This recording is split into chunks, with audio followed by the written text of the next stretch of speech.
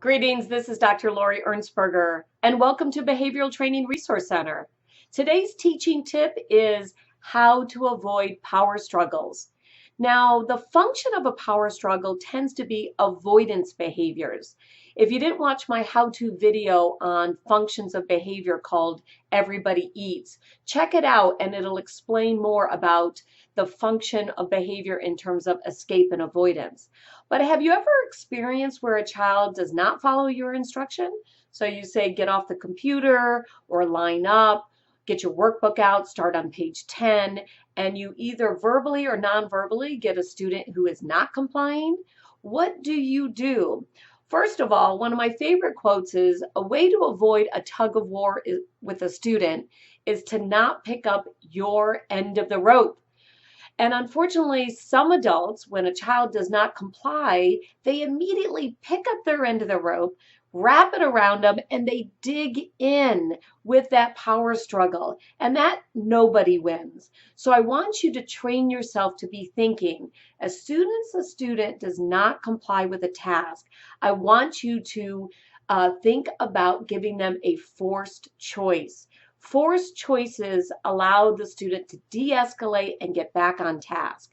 So that student who is on the computer, you might say, do you want to have 3 more minutes on the computer or 5 more minutes on the computer? And then we're going to turn it off. Give the child a choice. I'd rather spend either the 3 minutes or 5 minutes teaching the child a lifelong skill, choice making, versus trying to argue with them or give them some kind of authoritative, get off the computer because I said so response where nobody wins. For the child with the workbook, maybe you'll say, do the odds or the evens. Which one do you want to do? Or do you want to do the first 5 out loud and then I'll write down the next 5 answers?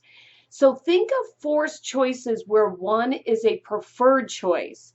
So the child who's not lining up, maybe they prefer to push the lunch cart. And so that could be a choice that's preferred. You can either line up or you can push the lunch cart down to the cafeteria.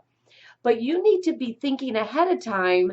I know this student struggles with compliance. I know the student struggles with power and control. So I want to plan choice making throughout the day. You know, it's a lifelong skill. Think about all the choices you've probably made today. What time to get up, what to wear, what to eat. We need to be able to make choices, and we need to teach that behavior to our students. So throughout the day, you can teach, let's make a choice. Which one do you want to do? And these can be very small, inconsequential choices, but we then can label the behavior and praise them for making choices. So if you've ever wanted to avoid a power struggle with a student, what I want you to think about is forced choices. Not do you want to get to work? Do you want to line up? Not do you want to get off the computer, but a forced choice where one is a preferred choice, and then you can praise the child for making a positive choice. That way, everybody wins, and you can leave that classroom knowing that you've created a positive learning environment. Well, if you want to learn more about this topic and so much more, go to Behavioral Training Resource Center and check out our courses. Thanks and have a great day.